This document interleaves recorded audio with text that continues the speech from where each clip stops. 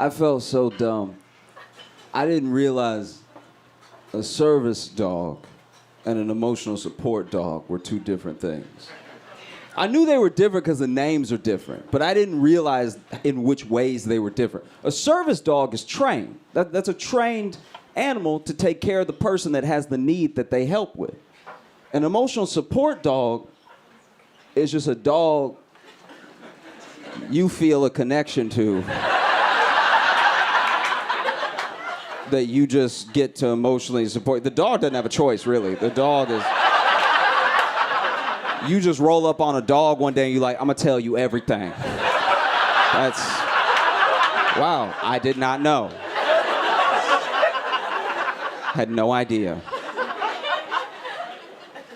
And I bring it up because my friend, she got an emotional support dog for her husband without knowing that this dog was an emotional wreck. I don't know what's wrong with the dog. They bring the dog home. Something wrong with the dog throat, okay? I don't know what it is, but it can't bark right. So it doesn't bark, it just screams, okay? And not like a yelp. This isn't sad. This is worse than that. It just screams human screams, okay? So the dog, I was on the phone with her, heard the dog in the background, and the dog was like, oh! That's just all the time. That's all day what the dog does. Non-stop. It's crazy. The dog has bad nerves, and so it screams all the time. Everything sets it off. You pet the dog, it'll scream, and then it'll let you pet it, right? Because you snuck up on it to pet it. So you pet it, you're like, oh. It's terrible. Dog's a light sleeper, too. So the dog will be taking naps, the most Instagrammable naps you've ever seen. Just like belly up, paws down, everything. And it'll still be snoring little puppy snores, too, like, oh. That's how it wakes up every day. And so she's like, my life is hell. This is terrible because I got the dog as an emotional support dog for my husband, not knowing that the dog is anxious and my husband's anxious. So the dog is emotionally supporting the husband just in the wrong direction. You know what I mean? Because then the husband is like, I don't feel so good. And the dog's like, yeah, you're right. There's a lot to be worried about, dog. It's crazy out here. What's that over there? Huh? Like, that's what it's doing all the time. She can't get any sleep because the dog sleeps with them. So the dog sleeps in between. It's actually adorable. It's like very like home living.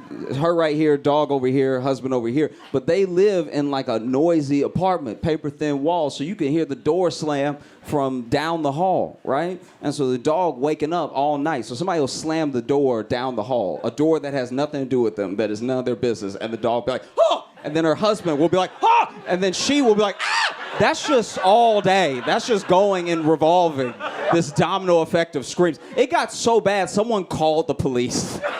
Police show up to her door, knock. She answers like, hey, I'm here to do like a wellness check.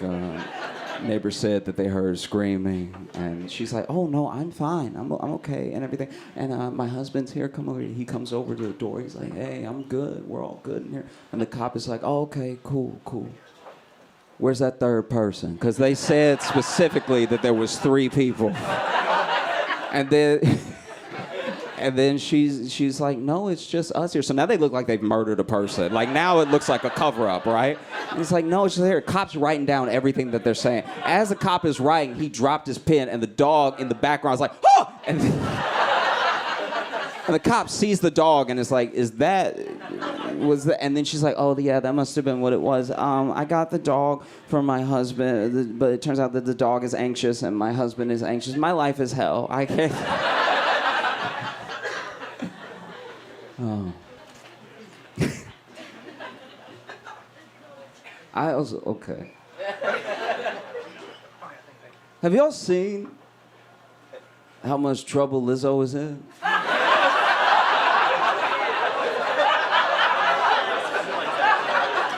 This is crazy. This is genuinely wild, you know? If you don't know, like, Lizzo has a lawsuit out that's like coming at her for like all types of discrimination and body shaming and stuff like that. And it's her fans who are like genuinely hurt. Her fans are very hurt by the whole thing. She lost 150,000 followers on Instagram alone in one day when the news broke. 150,000 followers in one day. That means even bots were like, I can't endorse this. This is unacceptable. But genuinely, I think this is the thing. I think that Lizzo's fans are so hurt because she's known to them and to a lot of the world as this like true beacon of like light, loving yourself, forget haters, embrace who you are and everything. Which is why this should be a lesson to everybody in here, everyone listening to me right now. This is a lesson to all of us to never, ever become a positive influencer. Don't do it. Don't do, there's too far to fall. Oh my God.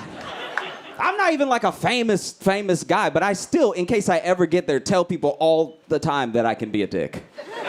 Just to give myself some breathing room, you know what I mean? Just a little bit, you know? That way when I fall off my pedestal, I sprain my ankle instead of break my neck, you know what I mean? Because I'm human. Something's gonna happen. Somebody's gonna catch me on TikTok one day, just yelling at a United Airlines gate agent. And when I get caught, even people who don't know will be like, he always told us he was a dick. Like, I kind of laid it all out there. It's tough. And I think that this is the reason that it's so tough for people. We do a thing that is not fair to us and it's not fair to the people that we do it to, where we pull our role models, our like heroes, positive influences from people that we already like from doing other stuff. You notice that? We rarely ever make an actual activist famous. You know, there are people doing the work. There are people, whatever you care about, there are people in the world only doing that thing. But instead of finding them and lifting them up, we're like, no, after LeBron dunked, he looked in the camera and said, Black Lives Matter, bitch. So I think the cops have to stop. I think that's all we need to do, really. You know, we can't keep doing this thing where we conflate talent for character. You know? You gotta be very careful. Be very careful of the people that seek power and the people that seek fame, because they're usually the same. And then we act surprised when we see their worst sides, you know? And we only do this thing with celebrities. You never do that with a regular dude with a regular job. You know what I mean? Somebody can sing, doesn't make Martin Luther King, you know? We never do it to regular people. I've never had a plumber that was so good, I was like, he must be a good dad. Like, there's something about the way he plumbed that just spelled father figure, you know what I mean? Like, the way he be pulling it out.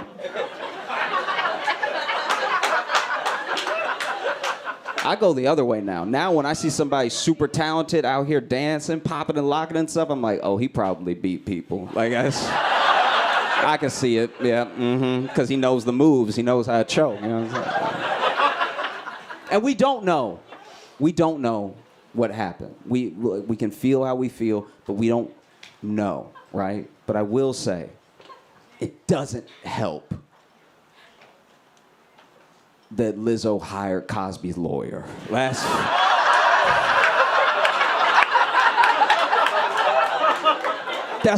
I don't know. We don't know, but that doesn't feel good. You know what I mean? It just doesn't. I don't know how to describe it, but like, if you ever told me, you told people and you confront me and you were like, you did this thing, and I was like, hey, I didn't do that shit. Give me the nigga that Cosby got. All right. Like I said. Oh. Just doesn't sit well, you know what I mean? All right. I have to go soon.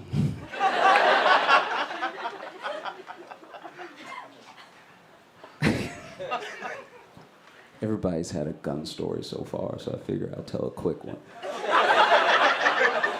I was in Texas. Texas is like open carry, you know what I mean? And so I saw these two dudes. I was in Target, right? And I saw these two dudes bump into each other, and they both whipped around. And they didn't seem angry, but they were checking each other up and down. I was like, this is some like alpha male type thing is about to happen, right? And then one was like, I see you're carrying.